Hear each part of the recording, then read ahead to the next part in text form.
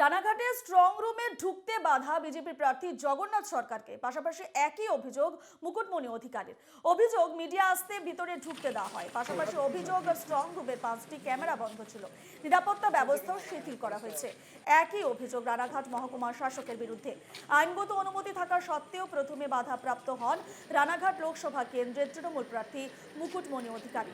পরে ভেতরে ঢুকে দেখেন যে বন্ধ রয়েছে স্ট্রং রুমের ক্যামেরাগুলো এবং জগন্নাথ সরকারকে গোপনে ঢুকতে দেওয়া হলেও মুকুটমণিকে ঢুকতে দেওয়া হচ্ছিল না। এই ক্ষেত্রে রানাঘাট মহকুমার শাসককেই দুষছেন মুকুটমণি অধিকারী।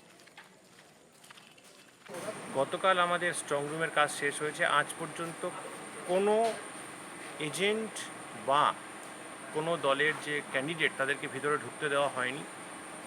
আরও সাহেব এবং এসডিও ওনারা বলেন যে আমরা একটা পিরিয়ডিক্যালি একটা আমরা রোস্টার তৈরি করব, সেই অনুযায়ী একটা ফিক্সড টাইমে আপনারা সবাই একসাথে যাবেন, আমাদের রিপ্রেজেন্টেটিভ থাকবে। কিন্তু দুর্ভাগ্যের বিষয়, প্রায় রাত্রির 8টা সাড়ে 8টা পর্যন্ত আমরা এখানে থাকার পরেও আরও এবং এসডিও, স্পেশালি এসডিও রানাঘাট, তারা আমাকে অ্যালাউ করে না। কিন্তু তারপর আমি এখান থেকে বেরিয়ে যাওয়ার পর অল অফ এ সাডেন কোনো অজ্ঞাত কারণবশত, এবং সেটা অত্যন্ত ফিশি, ব্যাপারটা অত্যন্ত রহস্যজনক, তিনি জগন্নাথ সরকারকে হঠাৎ করে অ্যালাউ করেন এবং জগন্নাথ সরকার ভিতরে ঢুকে যান। প্রথমে 5 নম্বর ক্যামেরাটা 2 মিনিট বন্ধ থাকলো। জগন্নাথ সরকার যখন ভিতরে প্রবেশ করলো তখন 5টা ক্যামেরা একসঙ্গে পুরো ব্ল্যাক হয়ে গেল, বন্ধ হয়ে গেল। এটা অত্যন্ত রহস্যজনক এবং এখানে আমার মনে হচ্ছে কোনো একটা ষড়যন্ত্র। প্রথমে দেখলাম একটা ক্যামেরা বন্ধ, আমাকে সেকেন্ড লেয়ার স্টেট পুলিশ বাধা দিল ঢুকতে, যে ঢোকার নিয়ম নেই। নিয়ম কি আছে, ডকুমেন্টস পাঠালো, তাতে পিরিয়ডিক্যালি ভিজিটিংয়ের ব্যবস্থা আছে।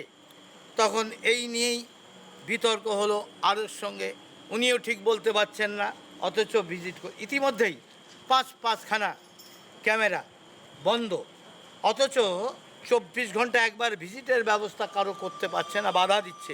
মোট 10টি রুমে 10টা ক্যামেরা, দরজার ছবি কন্টিনিউ থাকার কথা, কিন্তু 5টা সিসিটিভির ফুটেজ দরজা পুরো বন্ধ ছিল। তখন এই অবস্থায় আমি ভিজিটে গেলে দেখলাম যাওয়ার সময় বন্ধ ছিল, আমি ফিরে এসে দেখছি ক্যামেরা চালু আছে। তাই এতেই আমার তো সংশয় তৈরি হচ্ছে এই সরকারের বিরুদ্ধে।